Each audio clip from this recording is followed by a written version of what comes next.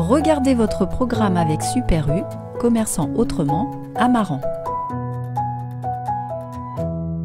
Regardez votre programme avec le spécialiste des pompes à chaleur, de la climatisation et de l'énergie solaire, Éco-Solutions. Éco-Solutions à Périgny, un spécialiste pour vos économies d'énergie.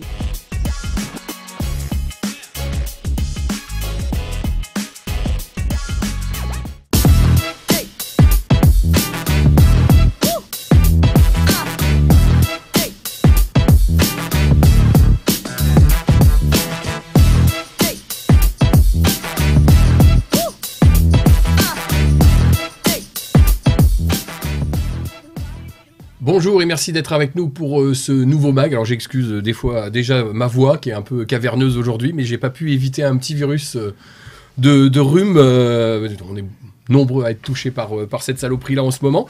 Bonjour Yannick. Bonjour. Alors comme vous le savez, toutes les semaines nous recevons un acteur politique, économique, social de la Charente-Maritime et plus particulièrement de l'ONIS. Cette semaine, on va prendre le large, enfin pas trop loin parce que Yannick ne sait pas nager, donc on va rester près de la côte. Et on va recevoir aujourd'hui Christophe Berthaud, le patron actuel du port de pêche de Chef de Baie La Rochelle, pour être exact. Bonjour Christophe Berthaud. Bonjour Ludovic, bonjour Yannick. Merci d'avoir accepté notre invitation. Alors Christophe Berthaud, je le disais, vous êtes le président du port de pêche de Chef de Baie La Rochelle, mais vous avez aussi d'autres casquettes, on va les évoquer. Vous êtes deuxième adjoint à la mairie de La Rochelle en charge de l'état civil, des formalités des élections et de la vie nocturne. On va y revenir.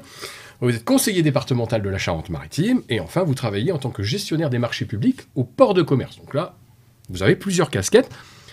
Si vous deviez choisir une des fonctions, laquelle vous garderiez? On vous dit demain, c'est fini, une seule. Celle qui vous plaît le plus.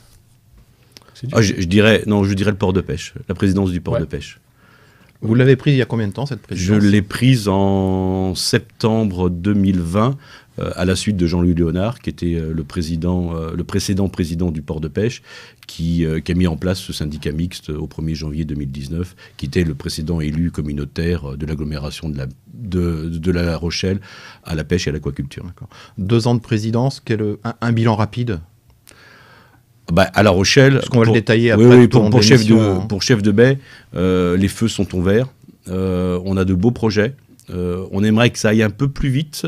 Nos actionnaires nous font confiance, investissent une enveloppe de 12 millions pour pouvoir réhabiliter un formidable outil. Là, on parle de l'agglo et du département, c'est bien ça? Oui, 50% syndicat mixte qui est 50% agglomération de La Rochelle, 50% département de la Charente-Maritime.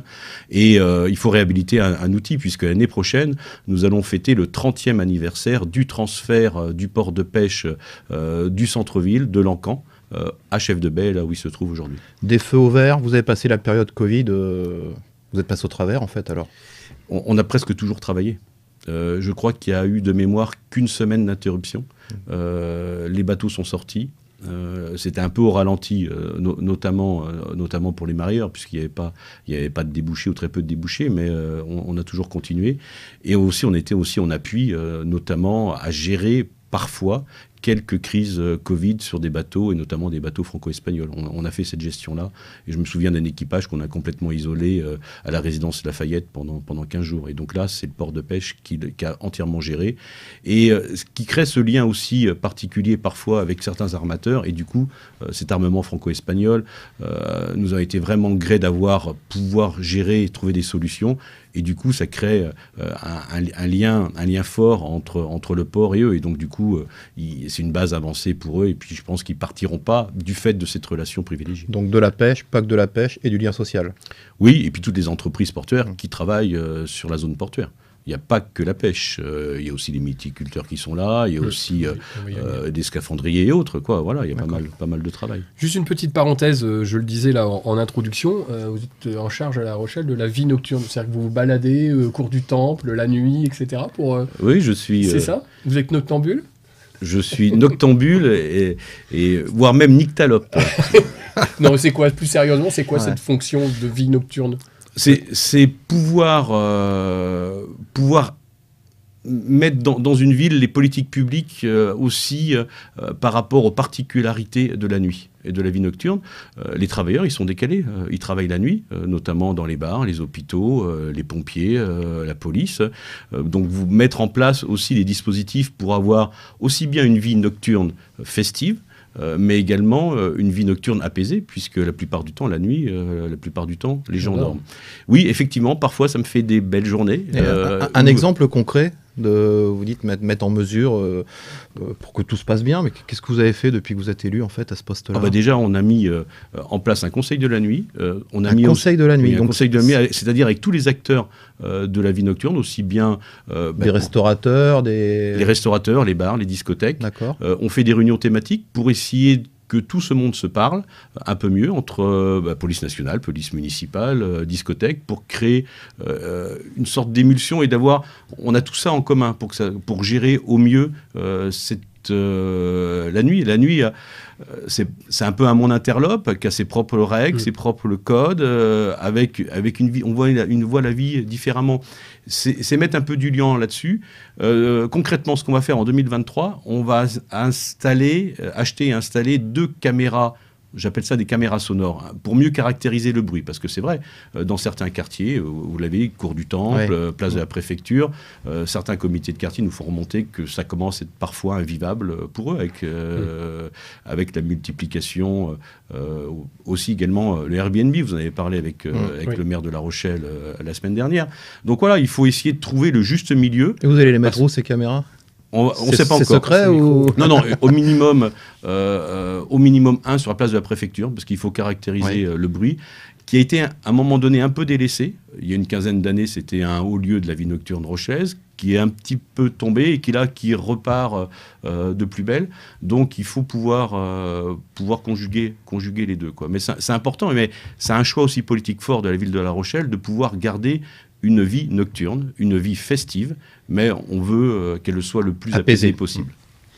On va sortir de la ville et on va retourner sur le port de pêche, un lieu beaucoup plus calme, en tous les cas la nuit. Mais vous savez, après la discothèque, à 4h, 5h du matin, vous pouvez filer directement à la criée pour voir l'arrivée du poisson. Tout à fait. D'ailleurs, on y mange encore à ces heures-ci. Je me souviens quand il y avait l'encan à La Rochelle. On va en parler, hein, parce que on va parler un petit peu d'histoire. Je sais que vous aimez bien l'histoire. On y mange encore à Chef de Baie. Tonton Louis, il est ouvert à 3 ou 4 heures du matin? Non, c'est fini. Non, Tonton Louis est un très bon restaurant sur place qui ouvre le midi, qui est presque complet presque tous les jours, qui a un bon succès. Je me souviens à l'encan, il y a de nombreuses années, au bout de l'encan, il y avait un restaurant à 4 heures du matin. Enfin, moi, je me souviens, quand on faisait la fête, on allait manger des huîtres ou du poisson parce que c'était... Donc, c'est fini. C'est fini. C'est dommage. Il n'y a pas que Tonton Louis, aussi Mood Brothers. Oui, qui sont là. Exact, qui sont là-bas. Alors, pour resituer un petit peu le port et son activité, il y a 3 ports de pêche sur notre côte charentaise-maritime. Donc, il y a Chef de Baie, bien évidemment. Il y a Royan et la Cotinière. Oui. Est-ce que vous travaillez ensemble? Est-ce qu'il y a une collaboration, des échanges qui font que l'un fonctionne avec l'autre ou pas? Oui, pour la simple et bonne raison, c'est que le point commun de ces 3 ports est l'actionnaire qui est le département de la Charente-Maritime, qui a en régie directe le port de la Cotinière, qui est à 50% dans le syndicat mixte de Royan pour le port de Royan et qui est à 50% pour Chef de Baie. Et vous êtes en concurrence quelque part un petit peu? Les ports ne sont pas en concurrence. Les pêcheurs peuvent... C'est la liberté de commerce. Donc, eux, ils choisissent parfois librement de pouvoir mettre leurs marchandises à la criée, aussi bien à la Cotinière, à Royan et La Rochelle. Et ils jouent aussi sur les cours. Et si à un moment donné, une criée, le prix moyen, le cours est plus favorable, parfois, ils détournent de leur port d'attache, leurs marchandises, pour l'emmener dans un autre port. Oui, alors parfois, ça peut créer une sorte de concurrence entre les ports, mais il n'y a pas de volonté, il n'y a pas une démarche commerciale voulue des ports, notamment charentais-maritimes, pour pouvoir, entre guillemets, se piquer du poisson. Je vais donner un exemple tout simple. Quand il y a 10 tonnes de maigre qui arrivent à Royan, si le pêcheur met les 10 tonnes à la criée de Royan, ça va faire baisser le cours du poisson, du maigre. Si il dispatche un petit peu, il en laisse 4 à Royan, il en envoie 3 à la Cotinière, 3 à chef de baie, mais comme ça, il joue un petit peu, il maintient un peu des cours assez hauts dans les 3 criées charentaises-maritimes, et ce qui lui permet peut-être d'avoir un cours moyen plus important. Voilà, ça c'est le pêcheur qui joue aussi un peu là-dessus. Mais est-ce que chacune des criées n'a pas une spécificité? Moi, je pense à la cotinière avec la langoustine notamment. Est-ce qu'on trouve de la langoustine à la criée de chef de baie? Oui, on en a, mais en moindre quantité. C'est quoi votre produit phare, vous, à chef de baie? C'est le merlu. Le merlu, c'est le merlu. À la cotinière, donc on parle de la langoustine? Langoustine, et Royan le maigre. Royan le maigre. Le maigre, et puis la cotinière aussi, la sole. D'accord. La sole et sèche aussi. Et vous évoquiez hier... là où ils sont pêchés dans les zones, dans le golfe de Gascogne. Vous évoquiez hier, peut-être pour 2023, une problématique à venir sur le maigre, avec la taille du maigre. Est-ce que vous pouvez nous développer? Alors, oui. Juste une petite parenthèse, hier c'était la conférence de presse autour du port de pêche, pour resituer les... Oui, aujourd'hui, il y a une dérogation de l'État qui permet de pêcher des pêches, des maigres à partir de, je crois, de 25 ou 30 cm. Et demain, on voudrait relever à minima, je crois que l'Europe dit 70 cm, la France propose à minima 55, et aujourd'hui, on autorise à 20 et 30. Et donc, si on prend des maigres beaucoup plus gros et grands, il faut les laisser grossir. Et donc là, il y a un débat entre les pêcheurs qui disent qu'ils sont en quantité et quelques associations environnementales qui disent non, pour qu'ils frayent, parce qu'ils remontent aussi l'estuaire de la Gironde pour pouvoir se reproduire. Et donc, il faut que la maturité sexuelle d'un maigre est autour de 70 cm. Et donc, on aura cette réponse en 2023 ça va être statué? Je sais pas, ça fait déjà 2 ans et demi, il y a un jeu de ping-pong entre le Comité national des pêches, avec le Comité régional des pêches, et l'État et l'Europe sur la taille du maigre. Oui. Alors, je voudrais revenir. On va discuter sur les marchandises, le poisson, parce qu'il y a quand même un beau tonnage sur le port de chef de baie. Juste un petit retour en arrière. Donc on le disait, l'Encan, la criée était en centre-ville de La Rochelle. On l'a éjecté entre guillemets un peu plus loin, ça y est, j'ai tapé dans le micro, un peu plus loin, ça a fait baisser quelque part l'activité du centre-ville, parce que c'était quand même un poumon économique assez intéressant. Vous le regrettez pas, ça? C'était quand même, l'animation. C'était un peu l'ADN aussi du centre-ville. Oui, alors c'est pour ça que politiquement, moi une de mes missions est de reconnecter le port de pêche de chef de baie à son histoire, à sa ville, à ses citoyens. C'est pour ça qu'on a mis en place la balade portuaire, on a mis en place, demain on essaiera de mettre en place une guinguette. C'est recréer du lien entre la ville et son histoire, la pêche. J'en parlerai, je développerai peut-être tout à l'heure ce sujet-là. Oui, tout à fait. Ouais, mais on a quelques images là, ça c'était la criée dans les années 50, 60. Ouais, vous savez aujourd'hui, on voit plus ça là. Les gens qui marchent sur les... Si, ça existe encore? Non, ça n'existe plus. on en parlera tout à l'heure, parce que maintenant, là, vous voyez, la plupart du temps, c'est des poissonniers ou des marieurs qui achètent, avec un crieur qui était à la voie. Tout ça a disparu. C'est ce qui faisait tout le charme aussi de... Et je vous dis, on parlera tout à l'heure de la criée 3.0. Oui. Maintenant, même les marieurs, ils se déplacent presque plus pour voir in situ la caisse de poissons. Ça. Non, c'est l'évolution. Ouais. Vous savez, on est au 21e siècle, avec les nouvelles technologies, il faut en profiter. Si le transfert du port de pêche a aussi été décidé par Michel Crépeau, il faut se recontextualiser au milieu des années 80. C'est la fin des chantiers navals aussi à la Palisse. On est la baisse aussi qui décroît fortement de la pêche, notamment la grosse pêche hauturière, après les 2 chocs pétroliers dans les années 70, la vente de pas mal de chaluts, et que ce qui commence à poindre son nez, et la volonté de Michel Crépeau, c'était cette ville moderne, étudiante, universitaire, avec d'abord Subdeco au minime, et la volonté de créer l'université. Et donc, il y avait ce symbole d'une vieille industrie, qui faisait partie de l'histoire de La Rochelle, mais d'une vieille industrie qui était toujours persistante en centre-ville. Avant le port de pêche, en centre-ville, il y avait aussi le port de commerce. Et le port de commerce, on l'a déplacé en 1890 à la Palisse. On a juxtaposé le port de pêche un siècle plus tard, pour remettre ses activités un peu plus loin, également pour faciliter l'accès. Et du coup, ça faisait ce lien avec l'espace Encan, plus touristique, on va dire, puisque c'est aussi une transformation de la ville qui est venue aussi un peu plus touristique à ce moment-là. C'était un virage plus tertiaire, on va dire. Oui, c'est ça. Alors, le port de chef de baie, maintenant, en quelques chiffres, Christophe Berthaud, combien de salariés? Pour le port de pêche, 25 salariés. Il me semble que vous augmentez en 2023. Oui, mais c'est pour faire du tuilage par rapport à des départs à la retraite. Des problèmes de recrutement? Ah oui, dans toute la filière. Vous pouvez nous expliquer? Par exemple, pour un vendeur ou un trieur, ou pour cataloguer ou calibrer le poisson, ça ne s'acquiert pas comme ça. Ça ne s'acquiert pas forcément uniquement au lycée maritime. Il faut quelques expériences. C'est des métiers qui n'attirent pas, en fait, ou... Il y a du débouché dans toute la filière maritime, que ce soit commerce, plaisance et pêche. Et par contre, il y a une difficulté pour attirer les jeunes, ou pour que les jeunes connaissent également ces métiers-là. Moi, je suis administrateur au lycée maritime, et je vois la difficulté. Et la difficulté plutôt locale, puisqu'ils attirent des jeunes... plutôt en dehors de la région Poitou-Charentes. Ils attirent aussi les fils d'eux, fils de mythiculteurs, fils de pêcheurs, ostréiculteurs, ce qui est assez logique. Par contre, ils ont du mal à recruter dans le vivier local. Alors moi, je salue l'initiative d'un collège, le collège Pierre Mendès France, qui, deux professeurs ont mis en place un bimaire au niveau de la 3e. C'est un brevet d'initiation à la mer et tout au métier de la mer. Et donc, ce qui permet à mettre une classe d'âge pour dire, voilà, il y a des débouchés dans la pêche et le commerce maritime, et mettre en relation ces étudiants avec ce monde-là et peut-être créer des vocations. Donc ces jeunes-là, vous les voyez passer en stage au port de pêche? Comment ça se passe?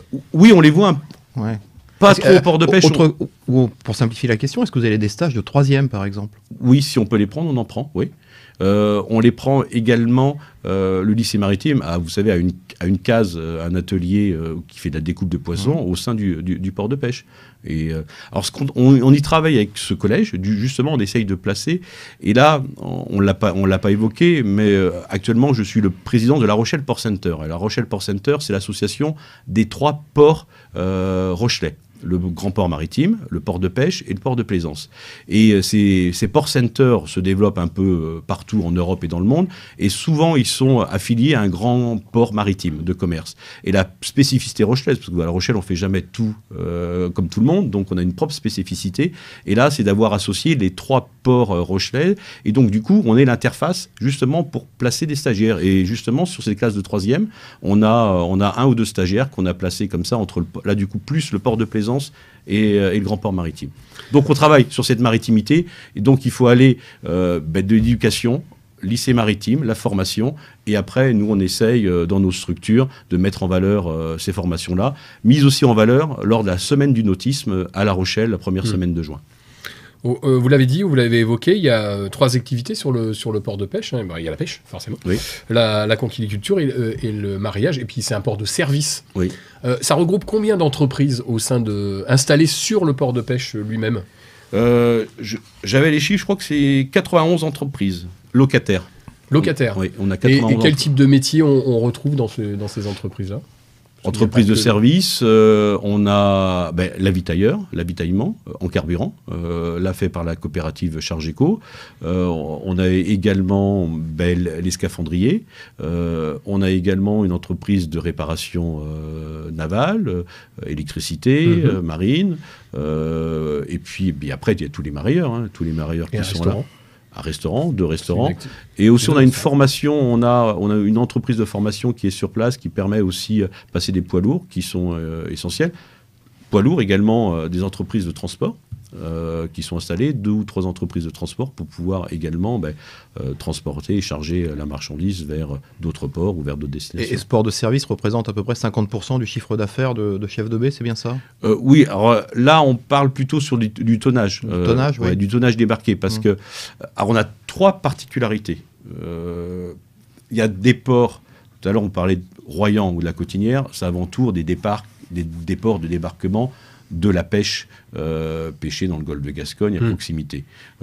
Nous, c'est ce qu'on a à la criée, on a à peu près 2500 tonnes, mais on a également 2500 tonnes de poissons qui sont débarqués en base avancée. C'est-à-dire, c'est des bateaux qui pêchent dans la zone, notamment des franco-espagnols.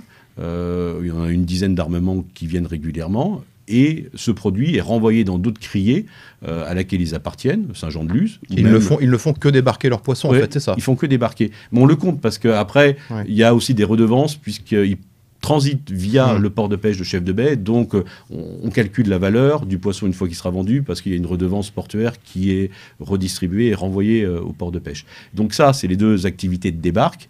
Et après, on ne l'oublie pas, et ce qui est aussi, ce qui fait la spécificité de Chef de Baie, c'est qu'on ait une place allio-portuaire. C'est-à-dire, on est un petit Rungis de la mer, sur l'ouest, où transitent à peu près 25 000 tonnes de produits de la mer et de produits conchilicoles. Donc, 17 000 tonnes de poissons et 8 000 tonnes de moules et huîtres, quoi. Et donc, voilà, on a un petit Rungis. Les mareyeurs font venir du poisson, des eaux de criée. Hein. Vous citiez Royan-la-Cotinière, mais c'est aussi les sables d'Olonne, ça peut être aussi de Bretagne. Et puis là, ils font aussi leur envoi vers... principalement vers le sud-ouest, Toulouse, Agen. Sur ce port de service, là, vous évoquiez tout à l'heure une dizaine d'armements à peu près, hein, c'est bien ça. Au niveau proprement de bateaux Rochelais immatriculés à La Rochelle, il y en a combien des bateaux de pêche? Allez, on en a à peu près une soixantaine de côtiers, de petits bateaux côtiers. Donc c'est-à-dire c'est de la pêche à la journée? C'est la pêche à la journée. D'accord. Après, on a encore 2 semi-hauturiers. Et là, ils partent pour combien de temps, ces bateaux en mer? C'est 2-3 jours. L'ultime épreuve est de Virginie. On n'a plus de gros hauturiers qui part à la semaine ou pour 15 jours, ce qu'a encore le port de la Cotinière, par exemple. Donc une soixantaine de bateaux, le chiffre il est à la hausse, il est à la baisse? Il se maintient. En côtier, il se maintient. En hauturier, on en a perdu un il y a 2 ans. Là, il y a les inquiétudes pour 2023, c'est ce fameux plan de sortie de flotte. Oui, on voulait l'évoquer justement avec vous. Donc, un certain nombre de, entre guillemets, désarmements de bateaux. Oui. C'est suite au Brexit. 10 en Charente-Maritime. Allez, un peu moins de 10 seraient inscrits. Parce qu'aujourd'hui, officiellement, aucune personne ne sait qui a demandé, qui s'est inscrit auprès de l'État. Et 1 ou 2 au niveau de Chef de Baie, ce qui représenterait une chute de 300 tonnes à peu près de poissons. Mais expliquez-nous ce plan de sortie de flotte. Qu'est-ce que l'État, entre guillemets, vient faire là-dedans? C'est consécutif au Brexit. Et par rapport aux licences... Oui, mais un bateau appartient à une entreprise ou à un particulier ou oui. Comment l'État peut dire à un patron pêcheur, non, l'année prochaine, c'est fini? Non, c'est pas l'État. C'est l'État, elle dit, moi, je propose, je vous fais un plan de sortie de flotte pour une centaine de navires. Donc, s'il y a des patrons ou des navires en difficulté qui ne pourraient pas ou qui n'ont pas pu bénéficier de licences de pêche pour aller pêcher dans la Manche à cause du Brexit, je les indemnise pour qu'ils puissent désarmer leur navire. Il n'y a aucune obligation, en fait. Aucune obligation. C'est une incitation. Une incitation. Ouais. Donc on n'est absolument pas sûr de ces chiffres. C'est des prévisions pour 2023, mais si ça se trouve, il n'y aura pas de désarmement à La Rochelle. Ah, peut-être pas. On sait qu'on a une volonté d'une petite dizaine de navires qui disent « moi, je suis intéressé ». Après, est-ce qu'ils rentrent dans les cases? Est-ce qu'ils rentrent dans toutes les catégories? Parce qu'après, il faut aussi démontrer une certaine antériorité sur les lieux de pêche, notamment en Manche, ou pas, pour être éligible à cette aide financière de ce plan de sortie de flotte, quoi. Donc, c'est pas sûr. Après, on sait qu'il y a pas mal de candidats. Et après, c'est l'État. Parce que l'État aussi a dit, dans le plan de sortie de flotte, je ne veux pas désorganiser l'économie d'un port. Donc, par exemple, si dans un port, il y avait 4 candidats, l'État n'acceptera pas 4 navires hauturiers désarmés. Imaginez au moins 4 x 3, ça ferait 1200 tonnes qui partiraient, donc ça pourrait complètement déséquilibrer l'économie d'une criée. Et donc ça, l'État sera vigilant, je pense, à ce qu'il puisse équilibrer peut-être un navire par-ci par-là pour garder au moins l'économie. Et d'un autre côté, ça permet de sortir aussi des quotas de pêche, parce que souvent, ces navires, il y a un quota de pêche qui sont liés aux pêcheurs ou à l'OP, l'organisation des producteurs, et ce qui après, c'est des quotas qui peuvent être redistribués après dans le pot commun aux autres pêcheurs. Donc c'est également aussi un moyen, sur la baisse des quotas, de pouvoir garantir aux autres qui restent d'avoir une enveloppe un peu plus supérieure sur le même volume. J'ai du mal à comprendre pour La Rochelle le Brexit, puisque vous parliez tout à l'heure d'une soixantaine de bateaux qui sortent à la journée, donc ils ne vont pas aller pêcher dans les eaux anglaises. Non, mais on a quand même des navires qui débarquent à la criée, qui pêchaient, des Irlandais. Donc là, on est plus sur la notion port de service, c'est ça? Pas uniquement port de service, parce qu'ils viennent aussi débarquer, mais ils ne débarquent pas tous les jours, mais certains navires, quand je vous dis dans le port de service de débarquement, soit ils envoient dans leur port d'attache, soit ils vendent à la criée de La Rochelle. Et certains qui pêchaient, notamment dans les eaux irlandaises et en Manche, vendaient parfois à la criée de La Rochelle. Parce qu'à un moment donné, ils cherchent aussi des flux. Ici, il y a un appel parce que, comme je vous l'ai dit, on est un petit Rungis. Donc derrière, il y a la force du maraillage qui est importante, où on a les principaux marailleurs français qui se trouvent à Chef de Baie. Et donc aussi, les vendeurs savent, je ne vais pas tout mettre à Boulogne ou à Lorient. Ben, on va descendre un petit peu aussi sur l'Atlantique et pouvoir apporter du poisson. Et quand le poisson est vendu en criée, il n'est pas forcément débarqué par bateau. Il peut être aussi débarqué par camion. Oui. C'est-à-dire, pareil, on débarque, je ne sais pas, à Roscoff et on apporte toute une cargaison vendue à la criée au matin à La Rochelle.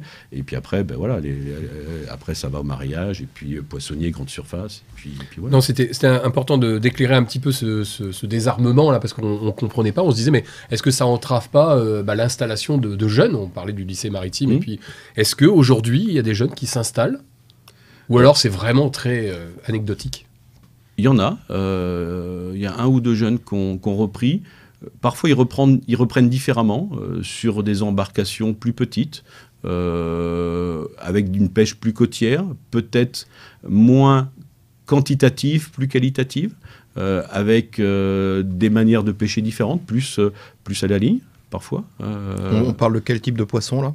On poisse des poissons plus nobles, le maigre, le bar, parce qu'un bar pêché à la ligne, je sais pas, aujourd'hui, il doit être autour de 30 € le kilo, quoi. Oui, quand même. Oui, quand même. 30 € quand il passe à la criée, donc... oui, une fois sur l'étal, il est encore plus cher. Bah, vous le voyez, hein, le prix du poisson, quand même, le prix moyen au kilo a augmenté depuis 1 ou 2 ans, même sur le poisson bon marché, entre guillemets, comme le merlu. Hein. Il y a 2 ou 3 ans, souvent le merlu, on l'avait autour de 2 €, 2,50 € le kilo, à la criée. Hein. Quand je parle de prix au kilo, c'est à la criée. Et aujourd'hui, parfois, il se vend autour de 4,50 €, 4 et 5 €. Et puis après, vous le retrouvez sur les étals déjà à 10 pour le merlu. Et le merlu, c'est important parce que c'est le poisson de quantité. On est un port de plus en plus estampillé merlu, donc un port de débarque, parce qu'on arrive à soutenir des cours entre 2 et 4 € qui sont importants pour le merlu. Et le merlu, c'est important parce que c'est avant tout le poisson en quantité qui permettent de nourrir les enfants dans les écoles, dans les cantines. Et ce qui permet à ces enfants de manger du poisson et au moins de découvrir ces produits-là. À ce propos, vous êtes associé au plan alimentaire territorial de l'Aglo, c'est ça? Oui. Vous fournissez donc des cantines scolaires? Oui, alors là, c'est la filiale... C'est une autre filiale du port? Non, mais c'est le port de pêche. C'est la filiale armée du port de pêche, qui est la SIC, filière pêche La Rochelle, qui est attributaire de l'appel d'offres lancé par la ville de La Rochelle. Et donc là, c'est tout un mécanisme à faire, parce qu'il trie, il lève les filets, mais c'est important que dans ce projet alimentaire de territoire, qu'on n'oublie pas la dimension mer. Et je rappelle, le projet alimentaire de territoire, il n'y a pas que l'agglomération de La Rochelle, il y a les 2 Zonis et l'île de Ré qui se sont tous associés. Vous servez des cantines sur Rochefort, il me semble aussi. Hein. Oui, Rochefort, des EHPAD également. Oui. Et j'espère qu'avec le projet alimentaire de territoire, on va pouvoir permettre avec d'autres petites communes qui peut-être aujourd'hui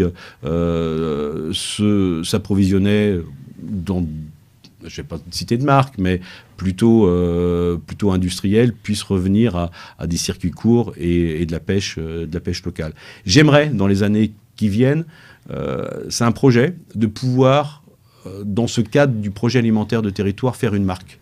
Avoir une marque, pêcher ici, pêcher mer des Pertuis, pêcher parc marin, enfin, je ne sais pas encore. Oui, petit label. C'est pas forcément un label, mais pour dire, voilà, si vous voyez ce logo-là, vous savez qu'il vient d'ici, qu'il est pêché ici, en côtier ou hauturier, ou trouvé, où il est passé par la criée de La Rochelle, mais qui a un sens. Parce qu'on le voit aujourd'hui, le consommateur, il fait attention, il a besoin de savoir d'où il vient ce poisson. Et aujourd'hui, la traçabilité, vous demandez à votre poissonnier, il peut vous dire par qui il a été pêché, par quel type de navire et avec quel type d'engin, si c'est avec la drague, si c'est avec un filayeur, on a tout. Et c'est vrai que finalement le consommateur, il peut avoir ces informations-là, mais il ne le réclame pas forcément. Donc pour vous, dans votre philosophie, dans les assiettes des gamins, le poisson carré avec les yeux dans les coins, c'est fini? Ah oui, oui. Mais Il fallait peu Yannick Laplace, celle. oui, mais c'est important. Ah, j'y réfléchissais. C'est le poisson, ouais, Le poisson carré. le poisson colin. Petite parenthèse pour revenir un petit peu à l'installation des jeunes. Est-ce qu'il y a des femmes qui s'installent?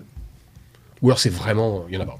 Si. On n'en voit pas beaucoup sur les quais. Non, il n'y en a pas beaucoup, mais il y a quelques femmes au lycée maritime. Ouais. Oui, Et oui. il y a des femmes marins-pêcheurs sur le port ou pas? Je suis en train, mentalement, je crois qu'il y en a peut-être une ou deux, mais Est-ce qu'il y a une sensibilisation? Est-ce qu'on Oui. incite un petit peu aussi Oui. la gente féminine à se dire c'est un métier comme un autre, il n'y a pas de Oui, raison. on le fait. L'agglomération l'a fait l'année dernière dans Force Océan. On a mis en valeur également quelques portraits, notamment le portrait des femmes dans le milieu maritime, que ce soit au commerce, plaisance et pêche. Et donc on met en valeur le travail des femmes. On a fait des expositions. L'exposition qui est plus actuellement au port de pêche, mais qui a tourné entre nos 3 ports, et sponsorisée par La Rochelle Port Center. Mhm. Donc on est aussi via plutôt La Rochelle Port Center, dans cette idée de montrer aussi, d'accélérer la féminisation des ports, de ces métiers dans nos 3 différents ports. Vous l'avez dit, vous êtes administrateur du lycée maritime. Il y a des femmes qui sont au lycée maritime, et à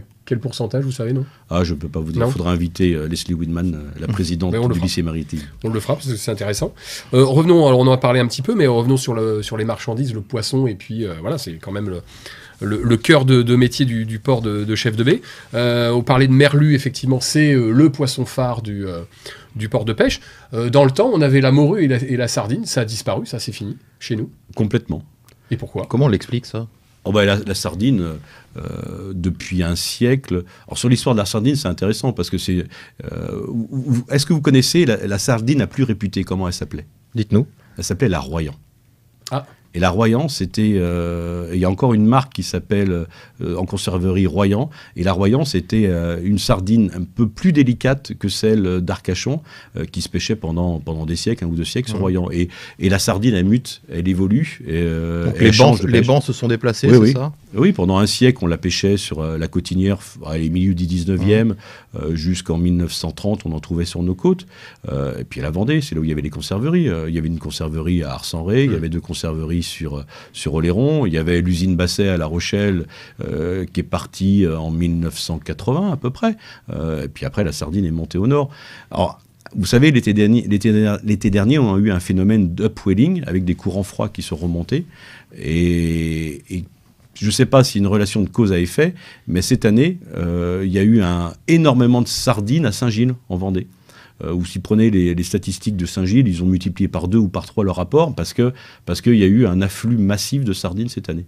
Et donc là, vous l'évoquez, c'est le dérèglement climatique, le changement climatique. La sardine, on l'a depuis un siècle. C'est des espèces qui bougent, qui se déplacent. Et la morue Et la qu'évoquait morue. Ludovic? On a d'ailleurs une image assez intéressante de la morue. Alors, on avait des champs entiers de séchage de morue, Oui. comme on le voyait là. Tout ça, ça a disparu. Et la morue, on n'en fait plus du tout dans le port de Chef de Baie. Alors c'est fini. Non, plus du tout. On peut peut-être... Pareil, si on a dérèglement quelques- climatique, tout ça. Non, ça- la morue, alors historiquement, la grande pêche à la morue, c'est la pêche de Terre-Neuve. Oui, ça se pêche beaucoup plus loin, c'est ça? Oui, plus au nord. Et c'est une pêche historique. Et les Rochelais y allaient au XVIIIe siècle. Et au XIXe, fin du XIXe, il y avait une grosse usine qui était à la Palisse, qui s'appelait la morue française, qui a duré pendant un siècle, jusqu'aussi à la fin des années 1980, où on faisait venir des tonnes de morue. Et les morutiers dans La Rochelle étaient dans le bassin à flot intérieur. Venez là, c'est là où ils débarquaient, la morue séchée. Mais c'était des grandes... Ça, c'est la grande pêche, hein, qui Oui, c'est partait 2 ou 3 mois à Terre-Neuve et qui revenait. on en fait Morue, plus, non. donc. Non, enfin, on importe un petit peu, Oui, mais mais c'est voilà, par exemple, typiquement, la morue, ça doit faire partie... Aujourd'hui, on a 120 espèces différentes de poissons qui passent par la criée. Donc, on a une petite quantité de morue, mais comme du poulpe. Tout à l'heure, vous parliez de dérèglement climatique l'année dernière. Non, c'était il y a 2 ans. On a eu énormément de poulpes dans toutes les criées de l'Atlantique. Cette année, on est revenu pour 2022 à La Rochelle à une année normale en termes de tonnage de poulpes. Contrairement à la Bretagne, où la Bretagne, le poulpe était encore très abondant sur la Bretagne Sud et il n'était plus chez nous. Par contre, cette année, Vous savez bien, la campagne de Coquille Saint-Jacques était un petit peu morose. Elle n'était pas trop grosse, plus petite et pas forcément en quantité. Est-ce que c'est lié à... Est-ce qu'on va voir pendant 1 ou 2 ans les conséquences de l'apport massif du poulpe d'il y a 2 ans? Parce que le poulpe mangeait tout, quoi, vidait tout, quoi. Est-ce que c'est une conséquence indirecte? C'est ce qui expliquerait quelque part le décalage avec la Manche, où il y a eu beaucoup de conquilles Saint-Jacques. D'ailleurs, ça a fait baisser le prix. C'est ça un peu, Je sais, là, du coup, on a vraiment besoin des scientifiques. Par rapport au dérèglement climatique, le mouvement des poissons, la sardine, on l'a remonté plus nord. Est-ce que le réchauffement climatique, clairement, aura une conséquence sur des espèces qu'on voit, qu'on ne verra plus, sur le poulpe qu'on n'avait pas vu depuis très très longtemps. Je crois que la dernière fois, c'était vers 1960 en Bretagne, qu'on a retrouvé là depuis 2 ans en Bretagne, pas chez nous cette année. Voilà, il y a plein d'espèces, des espèces migratoires, tout ce qui est amphihalien, là, le maigre aussi, les esturgeons. Enfin voilà, est-ce que le dérèglement climatique va aussi changer leur manière de se déplacer? Je pense que c'est un volet de la science qui reste encore à explorer bien, parce que je pense qu'on est loin de tout connaître. Revenons à l'économie. Vous parliez tout à l'heure Petit Rungis, le port de La Rochelle. Il y a combien de marailleurs? J'ai pas le chiffre exact sur les marailleurs. C'est une bonne colle. Moi, je dirais, attendez, je l'ai là. J'ai 18 entreprises de traitement de poissons. Je vais dire une petite trentaine. Petite trentaine. Oui. Et si on se refocalise sur cette fameuse criée, quels sont les types d'acheteurs?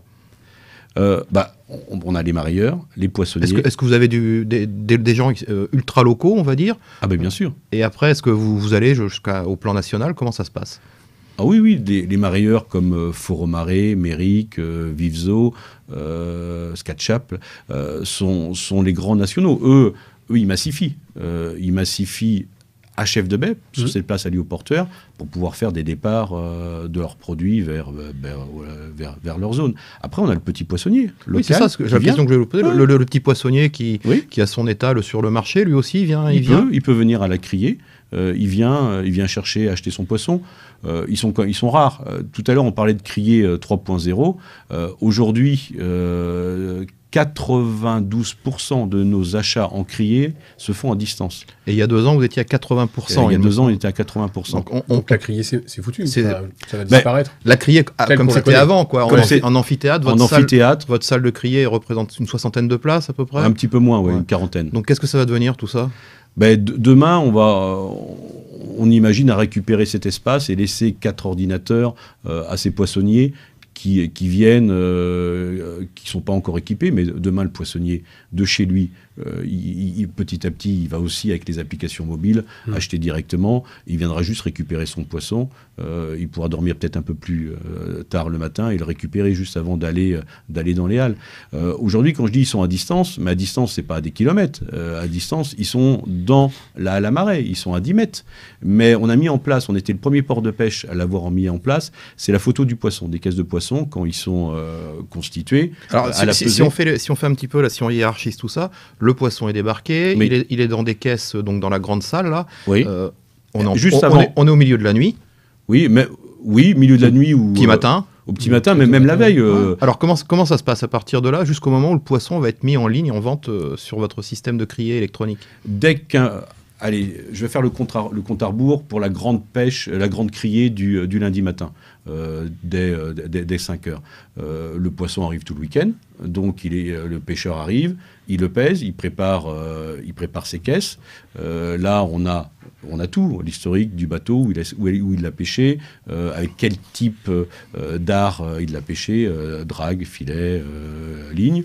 Et là, on a une photographie de la caisse du poisson. Donc une caméra qui prend le poisson en même temps qu'on établit le catalogue de la vente du lundi matin au fur et à mesure. Donc ça, c'est des professionnels. Donc là, on est dans la nuit du dimanche au lundi, c'est ça? Ah bon, on fait au fur et à mesure. Oui, mais au fil de l'eau, vous êtes au fil du catalogue. Oui, on alimente le catalogue. Et puis après, le catalogue, le dimanche soir, le dimanche soir à 19h, 20h, il est presque 100% fait. Donc déjà, les marailleurs et autres peuvent déjà prendre connaissance de la vente du lendemain. Ils ont la vue du poisson. Ce qui fait que le matin, à 3-4 heures, ils ne sont pas obligés de venir dans la grande halle de vente pour faire le tour des caisses, comme vous voyez tout à l'heure, hein, sur l'image que vous nous avez montrée, pour voir la qualité du poisson. Ils l'ont déjà. Certains poissonniers le font encore. Donc, qui détermine le prix de base, le prix plancher auquel va être mise en vente la caisse de poisson? Alors ça c'est tout un métier. C'est le port de pêche, le crieur, par rapport au coût moyen de la dernière vente. Et puis, oui, c'est lui qui détermine ce prix. Qui descend, et dès la première enchère, après il remonte. Et donc, voilà. Et maintenant, le poisson est plus montré. Donc ça fait déjà une dizaine d'années. Parce qu'auparavant, dans la salle de criée, le poisson défilait. Il fallait, en gros, quand vous aviez 20 tonnes, vous aviez 20 tonnes à manutentionner pour les passer sur les bacs. Et donc maintenant, comme les marailleurs ou les poissonniers ne sont plus sur place, donc depuis une dizaine d'années, ils l'avaient vu, ils faisaient confiance au catalogue. Maintenant, ils font confiance au catalogue et à la caméra, et la photo, pardon. Et donc, du coup, ils achètent à distance dans la marée. Et donc, c'est un système qui plaît tellement, qui se généralise presque partout dans toutes les criées de France maintenant, qui mettent en place cette caméra. Le port de la Cotinière qui vient d'être inauguré l'année dernière a aussi mis en place ce système de caméra pour avoir une vision du produit. Vous allez me dire, ça n'empêche pas non plus d'aller voir, sentir, parce qu'il y a aussi... oui, il faut même toucher, regarder de près. Regarder de près. Donc regarder dans le blanc des yeux. Voilà, complètement. Cette vente totalement dématérialisée... Surtout dans les coins carrés. Oui. Cette vente totalement dématérialisée, on peut l'imaginer pour 2023 ? Pas 2023, plutôt 2024. D'accord. 2024. Là, on va voir si on se maintient toujours à 92%. Essayer de mettre une petite salle un peu plus petite à disposition, au moins de 4-5 outils pour les poissonniers qui viennent encore acheter en direct. Oui, ça devrait suffire. Ça se fait toujours acheter au cul du bateau? En théorie, non. Et en pratique? Non, donc, alors, quand vous dites en théorie, ça veut dire que c'est pas légal? Non. Faut pas le faire? En théorie, non. Tout poisson doit être vendu par la criée. Mais je sais que pour la coquille Saint-Jacques, il y a encore quelques paniers de 5 kilos qui se vendent encore au cul du bateau. Même si cette année, on a eu beaucoup de coquilles Saint-Jacques qui sont passées par la criée. On va passer tout de suite au pour ou contre.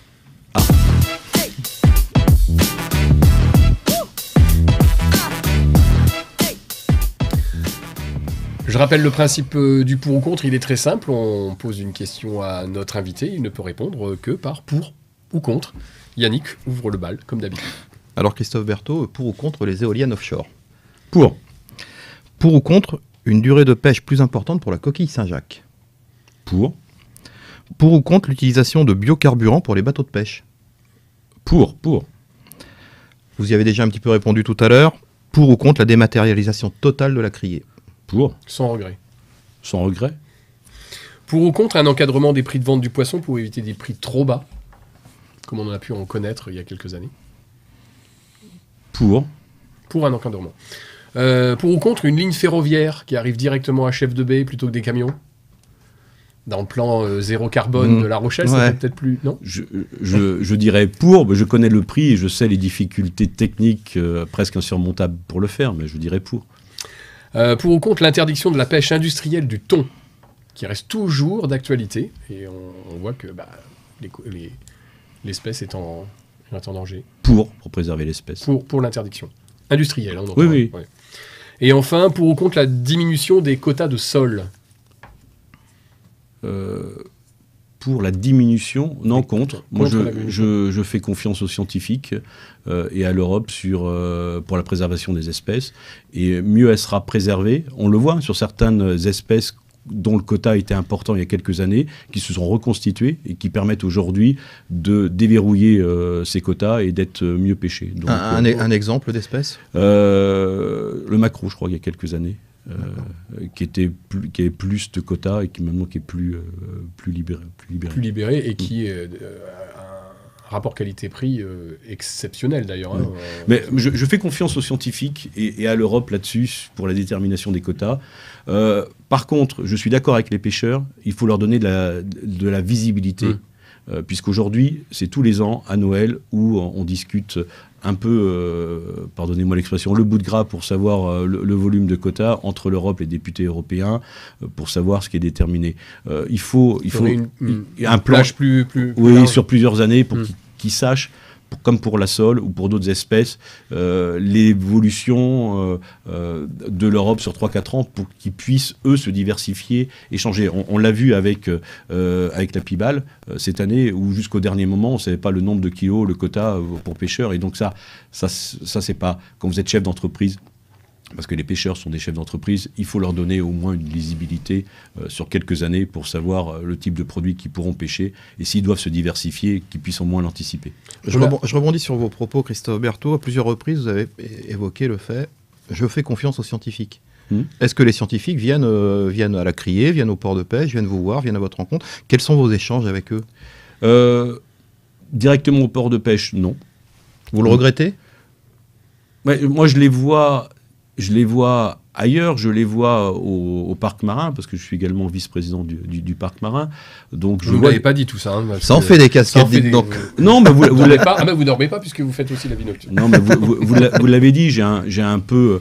Pour la ville de La Rochelle et l'agglomération de La Rochelle, j'ai la maritimité. Donc, c'est assez logique qu'on se retrouve. Alors, vous les rencontrez sur d'autres terrains, mais vous parliez des pêcheurs tout à l'heure. Peut-être qu'eux seraient intéressés de discuter directement avec eux, le bout de gras, comme vous disiez. On l'a, le parc marin a fait déjà 1 ou 2 rencontres entre les scientifiques et les pêcheurs.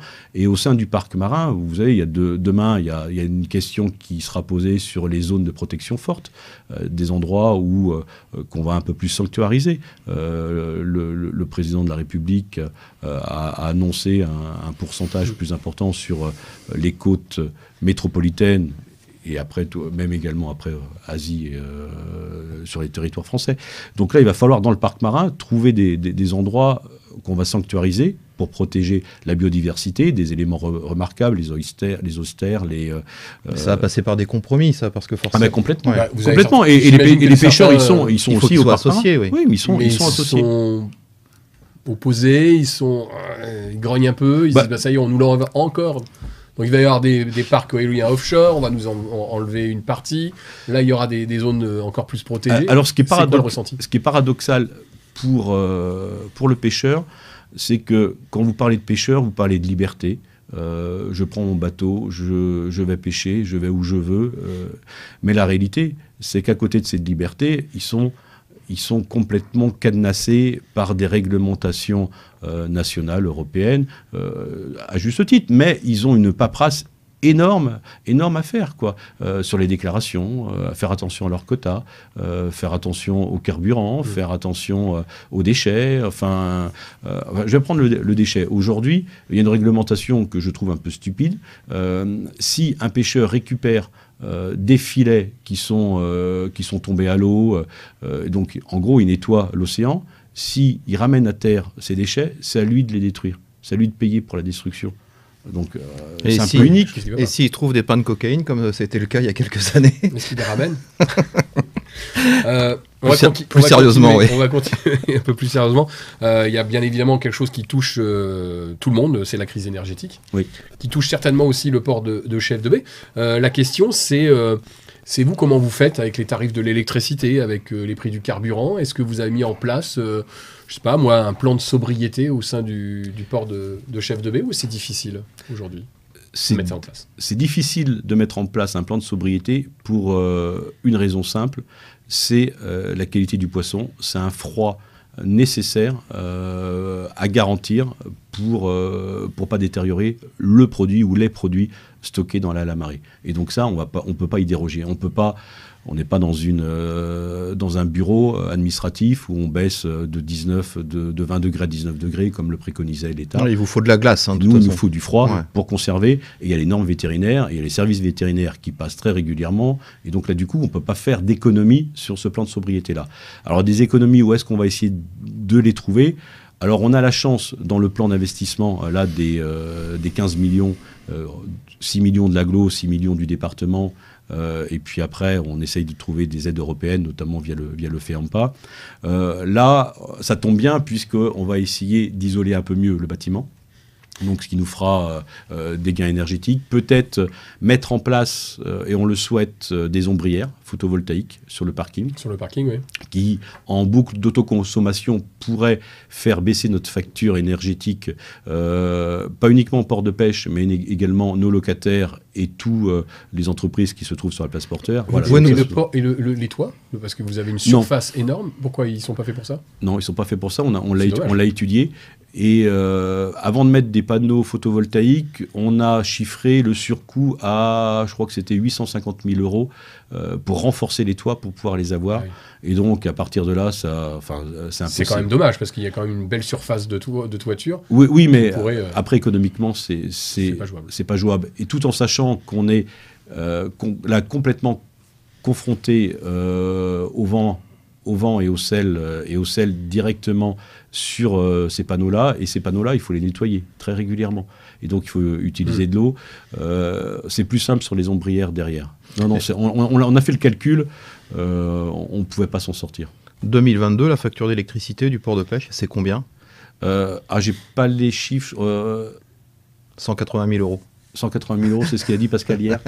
Et pour 2023 fois 2,5 à peu près. D'accord. C'est énorme. Quand vous allez faire là alors encore, c'est énorme. C'est plutôt des bonnes nouvelles parce que je me souviens qu'au courant de 2022, Pascal Bouillot, le directeur du port de pêche, m'avait donné une première facture à pas loin de 700 000 ou 800 000 €. On est un peu protégé. On a été protégé par les contrats du SDER. Donc c'est le syndicat départemental d'énergie et d'électrification rurale qui a fait les contrats pour tout le département.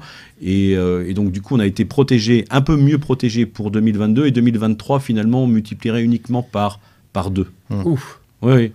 Enfin, c'est quand même énorme aussi. C'est quand même énorme. Ça se multiplie par deux la facture. Oui, du coup... Donc, est-ce que ça va impacter d'autres budgets? Vous allez les chercher où, ces 180 000 € de plus?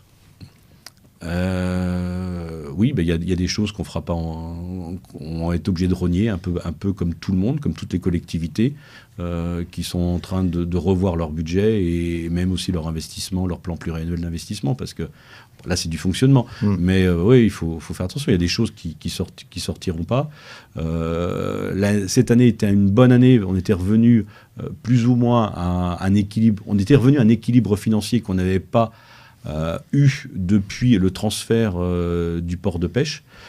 Mais nos partenaires nous ont quand même aidés financièrement. On a quand même appelé nos partenaires pour pouvoir provisionner les futurs départs à la retraite de 2023, notamment liés à la pénibilité, puisque le départ de 2 agents, c'est à peu près 200 000 € qu'il faut tout de suite abonder dans une caisse. Et donc, quand au départ à la retraite, il faut les sortir, les 200 000 €. Donc 200 000 € d'un côté, 180 000 € de plus pour l'électricité de l'autre, ça commence à chiffrer tout ça. Oui, vous allez devoir augmenter vos... Oui, mais d'un autre... Non, on a augmenté les tarifs. Oui. On a augmenté les tarifs portuaires. Enfin, à un moment donné, oui, parce que comme derrière, il y a les marins-pêcheurs qui... Oui. Non, on les a augmentés beaucoup beaucoup. Oui, ici, on a augmenté 9% le prix de la glace pour 2023. On verra. On a préféré faire taper fort en 2023 tout de suite pour pouvoir absorber la hausse de l'énergie et quitte à rester stable en fin d'année 2023 et pour pas avoir une autre augmentation en 2024. J'ai peur que ceux qui partent sur une augmentation, le coût de la vie augmente, les charges salariales aussi, avec on est autour de 6,25% en plus sur tous les salaires. J'ai peur que ceux qui ont augmenté relativement faiblement cette année doivent être obligés aussi de remonter en fin d'année 2023. Nous, on a fait une stratégie un peu inverse. On a tapé peut-être un peu plus fort pour les tarifs 2023 en espérant ne pas le faire pour 2024. Les marins-pêcheurs, les locaux, j'entends ceux qui sont à l'année, ils sont impactés, j'imagine, par les hausses du carburant. Ils ont grogné un peu l'année dernière, pas beaucoup d'ailleurs. Mais il y en a qui sont fragilisés aujourd'hui. Aujourd'hui, la crainte, c'est pour eux la hausse du carburant. Aujourd'hui, ils étaient Depuis juin l'année dernière, ils étaient protégés par le bouclier tarifaire, le prix du carburant. Mais ça, c'est l'État. Voir est-ce que l'État va continuer d'apporter son soutien aux pêcheurs et d'apporter ce bouclier tarifaire pour eux. Ça, on ne sait pas. C'est une des grosses inconnues de 2024, pour 2023, pardon. Et nous, ça a été notre inquiétude en 2022, avec la forte augmentation du prix en juin. Pendant un mois, certains pêcheurs disent que ça ne vaut pas le coup de sortir, donc ils ne sortaient pas, ils ne ramenaient pas de poissons.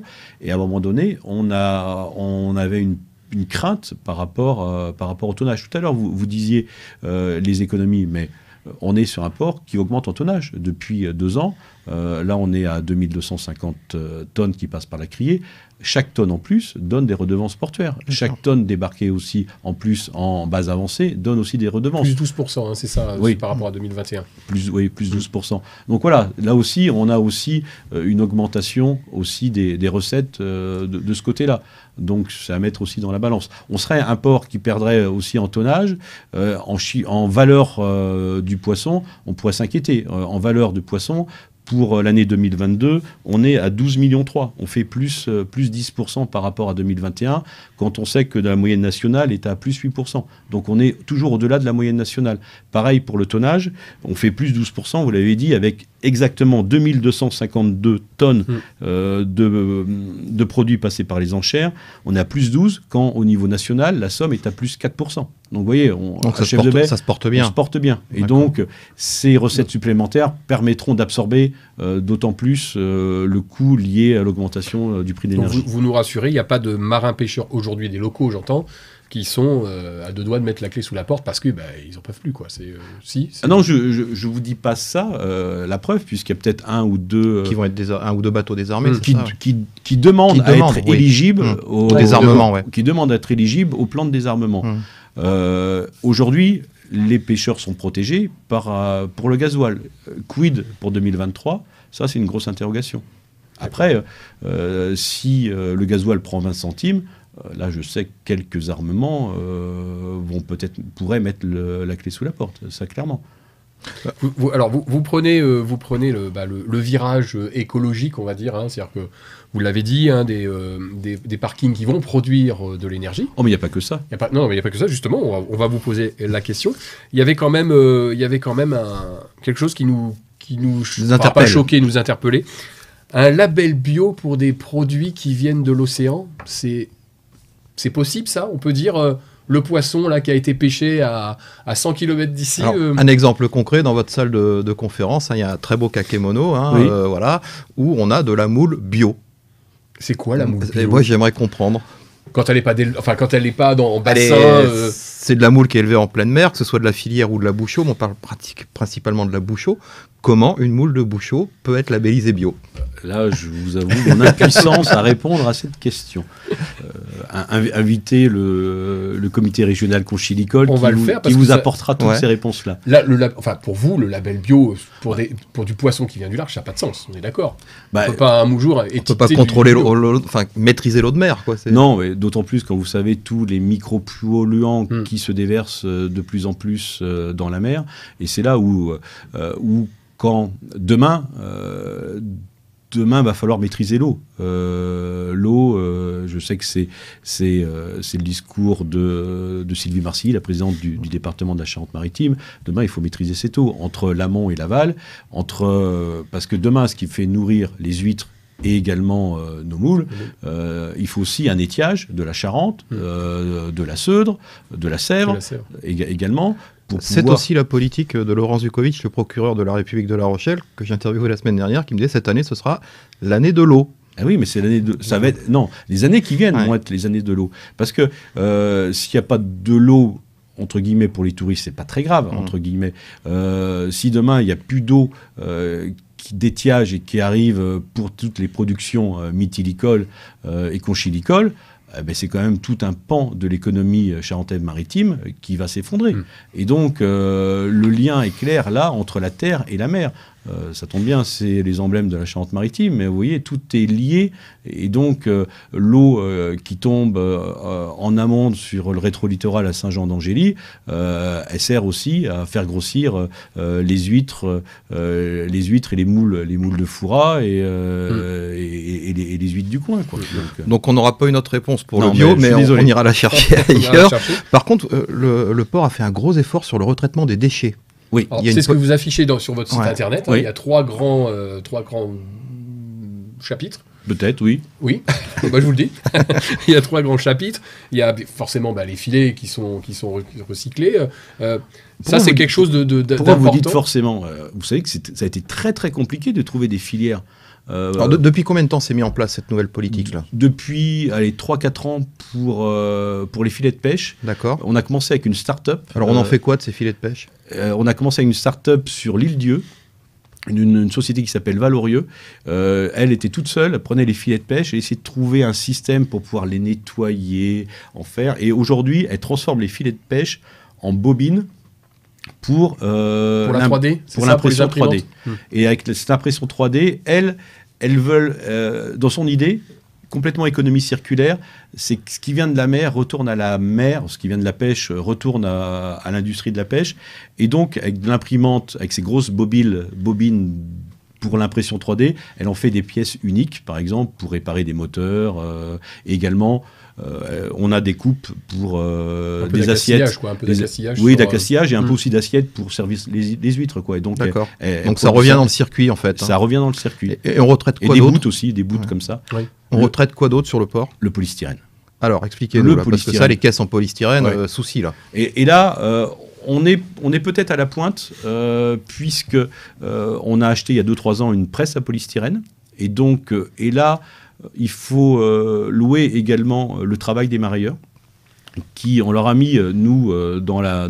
Ils jouent le jeu? Ah, ils jouent complètement le jeu dans la halle de tri des grands réceptacles à polystyrène. Donc avant ça, ça partait et c'était brûlé, hein, complètement. Ce qui arrive malheureusement encore sur les marchés de la ville de La Rochelle, faute de place et faute de filière, et on commence à travailler pour qu'on puisse les récupérer. Aujourd'hui, le polystyrène qui est au marché de la Palisse ou au marché central, parce qu'il n'est pas encore trié dans un coin, il va être incinéré. Et donc ça, c'est un drame. Alors nous, on le récupère maintenant à Chef de Baie. On a un partenariat aussi avec, c'était Biotop qui nous renvoie aussi le polystyrène avec Boulanger, par exemple. Oui, Boulanger qui est aussi à la exact. pointe sur le recyclage des cartons et de polystyrène. On parle de l'électroménager là. L'électroménager, oui, l'usine, La marque. enfin La marque, oui. la marque. Donc, il nous renvoie aussi le polystyrène. On travaille maintenant aussi avec l'agglomération de La Rochelle, les unités de valorisation. Par exemple, Chef de Mai, ils le mettent de côté, ils nous rapportent le polystyrène. Et demain, encore mieux, les cantines scolaires qu'on livre pour le poisson du jeudi vont mettre en place aussi dans un coin, stocker le polystyrène pour nous le livrer également. Alors, qu'est-ce qu'on en fait de ce polystyrène? Bah oui, une presse, des caisses, vous en faites quoi? On le broie, on fait des pains de polystyrène, et quand on en a un camion entier, eh ben on vend, donc on le valorise. C'est un cours fluctuant. L'année dernière, à un moment donné, on atteignait 1500 € la tonne de polystyrène. Mais vous Il le en faut vendez, du polystyrène vous le pour vendez faire- à qui ça? Eh ben, on le vend à la boîte à Saint-Sauveur, d'Onis, l'ancien qui refait des caisses polystyrène. Qui refait les caisses polystyrène? C'est pas Kaufmann, mais si. Non. Je- Donc là, je pourrais pas Ouais, vous dire. moi non plus. Donc, Et il a on une refait, société à Saint-Sauveur. on refait des caisses polystyrène. Pour du poisson encore? Ouais, et qui revient. C'est Kaufmann, oui, tout à fait. vous C'est avez ça, raison, c'est Kaufmann. l'usine Kaufmann. Et qui revient après à Chef de Baie et repris par les marailleurs. Et Mais il n'y les aurait pêcheurs. pas eu moyen, je sais pas, de récupérer les caisses, de les nettoyer, de les remettre dans le circuit? C'était- En polystyrène? Ouais. Non. Non, c'est pas Non, possible. une fois que c'est souillé, c'est d'accord, pas possible ok. en termes vétérinaires. Logiquement, d'ici 2 ans, il y avait l'interdiction d'utiliser le polystyrène. Et utiliser, c'est là où c'est un peu cynique, utiliser que du plastique, donc recréer des bacs plastiques qu'on pourrait laver. Mais aujourd'hui, ce plastique donne un goût au poisson. Et ne conserve pas aussi bien le poisson que le polystyrène. Donc, on n'a pas trouvé mieux que le polystyrène. Voilà, j'allais vous poser Voilà. la question. Aujourd'hui, il n'y a pas d'alternative du tout au polystyrène. Non. Non, qu'il n'alterne pas le goût du poisson. goût du poisson et sur une longue distance. On a essayé avec le plastique, mais ça altère le goût du poisson. Voilà, nous, on essaye au moins de le produire, le récupérer, le broyer Alors demain, on a un objectif clair là-dessus. On voudrait construire un petit local où on traiterait directement le polystyrène en associant 1 ou 2 emplois issus de l'économie sociale et solidaire. C'est-à-dire que vous feriez des caisses en polystyrène? Non, de pouvoir... aujourd'hui, c'est des agents du port qui, sur, entre guillemets, leur temps libre, vont broyer le polystyrène. Mais on commence à avoir, comme je vous l'ai raconté, un apport de plus en plus important. Comme ça monte en puissance. Ça monte en puissance. On voudrait construire un petit local dédié au traitement du polystyrène et avoir 1 ou 2 emplois issus de l'économie d'insertion, des emplois d'insertion. Et donc du coup, c'est sur les rails ça ou c'est oui, c'est sur les rails. Non, c'est sur les rails. Là, on va tenter durant le premier semestre 2023 de tester des emplois d'insertion pour pouvoir faire le polystyrène. Et après, on est en discussion avec l'Europe pour pouvoir avoir des aides européennes pour la construction de ce petit bâtiment. Parce qu'après, en coût de fonctionnement, la vente du polystyrène peut permettre d'équilibrer et de payer plus ou moins le ou les 2 salariés qui seraient utilisés. Par contre, ça ne paierait pas le coût, l'investissement. Dernière question sur le polystyrène. C'est à peu près 800 000 €. Vous êtes novateur sur le sujet ou d'autres ports, d'autres criers utilisent le même système? La Cotinière ou Royan, ils sont déjà en train de recycler leur polystyrène, vous savez, non? Je ne sais pas. Dans les autres criers, c'est simple, une presse à polystyrène. Mais après... on stockait, et puis une fois qu'on a le volume d'un camion, vous mettez la presse en marche. Mais là, maintenant, on essaye, avec l'agglomération de La Rochelle, de ramener toute l'économie locale dans le traitement de ce produit-là. Donc maintenant, voilà, la dernière étape, presque, enfin il y a encore 2 autres étapes. La première, c'est récupérer le marché de la Palisse et le marché central de La Rochelle. Donc ça, petit à petit, on va y arriver. Et puis après, c'est essayer de travailler aussi avec la GSM, la grande surface, dans leur poissonnerie, parce qu'ils sont à un gros volume.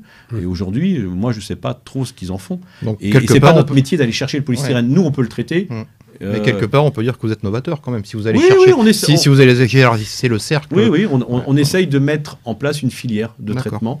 Une filière de traitement là-dessus. Il vaut mieux l'utiliser en économie circulaire et que ça refasse des caisses polystyrène que ça soit incinéré ici, pas loin, à Chef de Bey. On a parlé donc des panneaux solaires donc, sur les ombrières, sur les parkings. Mais pourquoi sur le site de Chef de Bey, il n'y a pas une éolienne? Une grosse, qui permettrait d'alimenter. Là, vous avez tout. Vous avez le vent et vous avez l'espace. Mais je ne suis pas un projet. Vous n'êtes pas dit tiens. Non, mais je suis pas sûr que sur les règles d'urbanisme sur la. Je crois qu'il y a l'aéroport aussi à côté. Oui, il y a l'aéroport aussi, pas loin. Je suis pas sûr. Mais il y en a un autre projet. Lequel qu'on n'a pas évoqué. Non, mais là qui est en cours, on l'avait déjà évoqué l'année dernière. C'est dans la réhabilitation de la marée, puisqu'on va mieux isoler, mais également on va refaire entièrement notre centrale de froid. Centrale de froid qui est un peu vieillissante, et là du coup, en refaisant complètement notre centrale de froid, on va gagner également en coût énergétique. Et avec l'agglomération de La Rochelle, on s'associe avec une start-up qui s'appelle Water Horizon. Alors l'idée, c'est l'incinérateur de Chef de Bey, qui n'est pas très loin, qui est à 3 km. Il y a beaucoup d'énergie qui n'est pas encore utilisée, c'est ce qu'on appelle la chaleur fatale, qu'on envoie dans l'atmosphère. L'idée de cette start-up, c'est récupérer une partie de cette chaleur fatale, de la stocker dans des batteries, de nous livrer en camion électrique ces batteries, de se plugger, et ces batteries transformer l'électricité en froid, ce qui allégerait notre consommation et notre production de froid, et qui allégerait aussi notre facture. Et donc c'est Water Horizon qui fait ça, et ils vont utiliser Chef de Bey dans les travaux qu'on va faire courant 2024 comme démonstrateur. Et là on est sur un gros budget, réfection de Hala à la marée, c'est 13 à 14 millions d'euros, c'est bien ça? Oui. Oui, 13 à 14 millions. Alors on refait les bardages, on fait l'intérieur, on refait surtout les résines, le sol. Pas facile ça avec les gens qui travaillent en même temps. C'est très très compliqué. Ouais. Très très compliqué parce qu'on ne peut pas se permettre d'arrêter la criée. On peut pas. On va faire décaler puisque, allez, on va dire vers midi et demi, 13h, l'activité, c'est la fin de journée pour les marieurs. Nous, on commencerait plutôt cette activité, cette période-là, pour pouvoir commencer à faire les résines. Alors, on imagine un gros barnum de chantier qui pourrait avancer le long... Se déplacer le long des couloirs. Mais ce qui veut dire que celui qui se trouve tout au bout, eh ben, son poisson, il ne pourrait pas l'avoir par les couloirs. Donc, il faudrait imaginer aussi un transit via des camions frigo pour 200 mètres. Donc, imaginez toute la logistique. Oui, là, on n'a pas encore... On sait qu'il faut qu'on aille sur cette idée-là. On va lancer l'appel à candidature, puisque notre maîtrise d'œuvre est en train de finaliser les cahiers des charges. Et là, allez, courant février-mars, l'appel d'offres va être lancé. Retour des offres, allez, on va dire, le résultat en septembre, on choisit les attributaires et pour pouvoir commencer, j'espère, fin 2023 ou plus tard, premier trimestre 2024. Pour conclure, avant de vous donner la parole, on pourra quand même malgré tout visiter la criée cet été, comme ça se fait régulièrement. C'est avec l'office de tourisme, hein, c'est ça? Oui, avec l'office de tourisme, vous pouvez visiter. Ça continue. Il faut être matinal. Ah oui. Très matinal. Oui, pour une dizaine de personnes, oui, non, c'est très bien, c'est pas mal. Où en est-on du dragage du port, là? Ça y est, c'est fini? Le Fort Boyard a... Oui, Fort Boyard, oui, c'est Fort Boyard. Oui, elle a eu des difficultés parce qu'elle a trouvé des... et c'est pas glorieux pour le port de pêche et pour les pêcheurs, des câbles, et pas uniquement de la vase, des gros... ça fait 30 ans que c'est au fond. Donc, oui, voilà, ça a été un peu compliqué. Mais elle va revenir parce qu'elle drague régulièrement le port de pêche pour pouvoir, sur les 100 000 m² de la surface nautique, pouvoir faciliter l'accès de tous les navires, puisqu'on a aussi les croisières Interil qui stationnent là l'été, on a aussi d'autres navires de service, les douanes, l'Ifremer, la SNSM aussi. La SNSM, bien sûr. Bon, ces plus petites embarcations, ils peuvent sortir beaucoup plus facilement. Le changement des pontons, ça y est aussi. Donc c'est des pontons nouvelle génération, hein. On en avait déjà parlé dans une autre interview qu'on avait été faire sur le port. Vous pouvez nous rappeler un petit peu leurs caractéristiques de ces pontons, parce qu'ils sont complètement différents des précédents. Oui. Alors, caractéristiques techniques, je me souviens plus trop, sauf que le patelage, il est plus en bois, il est en résine. C'est ça. En résine. Et que les caissons sont en matière recyclée. Oui, c'est ça. Complètement. J'ai bien retenu la leçon, c'est pour ça que... bon. On va finir sur une note positive avant de vous laisser la parole. La guinguette. Oui. La fête du port, la guinguette. C'est des choses qui sont importantes pour la vie du port. Complètement. Alors la guinguette, c'est quoi ce projet? On va pouvoir danser, guincher sur le port de pêche? Oui, on a fait un appel à projet, un appel à candidature. On a eu plusieurs réponses. Je ne peux pas vous donner le lauréat aujourd'hui parce qu'on est sur une surface de combien à peu près? Une petite guinguette. Je crois que c'est 200 m². D'accord. Donc l'idée, c'est de pouvoir une guinguette de la mer. Je précise de la mer, puisque 90% ou 95% des produits seront issus de la criée ou des producteurs sur Chef de Baie. Donc de l'ultra frais. De l'ultra frais. Les moules seront produites, enfin pas produites, mais livrées par les mythiculteurs qui sont aussi, pareil pour les huîtres. On veut que ça vienne de la criée, et qui a un sens. Qu'on vient manger un poisson au mois de mai, à partir du mois de mai, on espère, sur Chef de Baie, le midi ou le soir, en espérant avec un peu plus de musique le soir, du poisson ou des produits huîtres et moules, mais au moins qu'on sache qu'ils viennent d'ici, qu'ils sont là. Et donc, ça reboucle avec notre projet alimentaire de territoire, ça reboucle aussi avec peut-être demain une marque, que vous évoquiez tout à l'heure. Pour dire, voilà, ce produit, il vient de là. Et donc, du coup, c'est aussi reconnecté, puisque maintenant, avec la balade, la plage de Chef de Baie est à côté. Il n'y a qu'un restaurateur qui se trouve à côté de la plage de Chef de Baie. Elle est très empruntée, même depuis qu'elle est ouverte, très empruntée par les cyclistes, par les touristes, qui viennent aussi se balader sur le site du port de pêche grâce aussi à la balade sécurisée qu'on a mis en place, cette balade portuaire, avec des panneaux informatifs qui leur permettent de comprendre à chaque stade sur les 10 panneaux les métiers du port. Qu'est-ce qu'un mythiculteur? Qu'est-ce qu'un marailleur? Qu'est-ce qu'un grossiste? Qu'est-ce que la SNSM? À quoi sert la SNSM? Qu'est-ce qu'un côtier? Voilà, ça leur permet de s'acculturer cette culture de la pêche. Et donc, on est dans cette ligne directrice de reconnecter la pêche à son histoire. Et puis avec un peu de musique le soir, vous retrouvez votre casquette, on reboucle avec votre adjoint à la vie nocturne. Mais complètement. La boucle est bouclée. La fête du port de pêche. Oui. Alors, juste avant, juste une petite question qui me vient. Tonton Louis, il le prend comment c'est un concurrent direct, là? Non. Non, on n'est pas sur la même gamme de produits. D'accord. On est plus sur une guinguette. On est plus sur un bistrot de la mer, en fait, c'est ça, oui. Le concurrent direct est plus Moule Brothers, par exemple. D'accord. Et là, il n'y a pas de... Non, mais c'est pas crispé comme la famille Duriveau, aussi producteur avant tout de moules. Oui, ils vont fournir les moules. Bien entendu. Moi, une des conditions, c'était... Enfin, je ne dis pas chez eux, chez les multiculteurs de la place, et ce qui serait logique pour celui qui va installer la guinguette de la mer demain, de pouvoir contractualiser aussi avec Vous allez y veiller, ça? Oui, ouais. je serais vigilant. C'est une obligation, d'ailleurs? C'est pas une obligation. Non, c'est pas une obligation, mais... c'est normal, on veut que cette place vive, et Moule Brothers et Benoît Duriveau a fait vivre cette place portuaire, et je voudrais pas qu'il soit le dindon de la farce de la mise en place d'un guinguette. C'est pas du tout l'objectif. Je veux qu'il participe aussi, et il y participe au développement de la pêche et des produits, et de faire valoir ces produits de la mer. Donc premier coup de blanc et douzaine d'huîtres à la guinguette pour... J'aimerais fin mai, quoi. Fin mai, au beau jour, très bien. Alors, la fête du port, bon, c'est un gros rendez-vous, hein, oui. Incontournable d'ailleurs maintenant. Oui. On a le sentiment quand même que c'est un peu vieillot, non? Moi, j'ai adoré la fête du port en nocturne l'année dernière. Je ne sais pas si vous étiez, avec ce concert.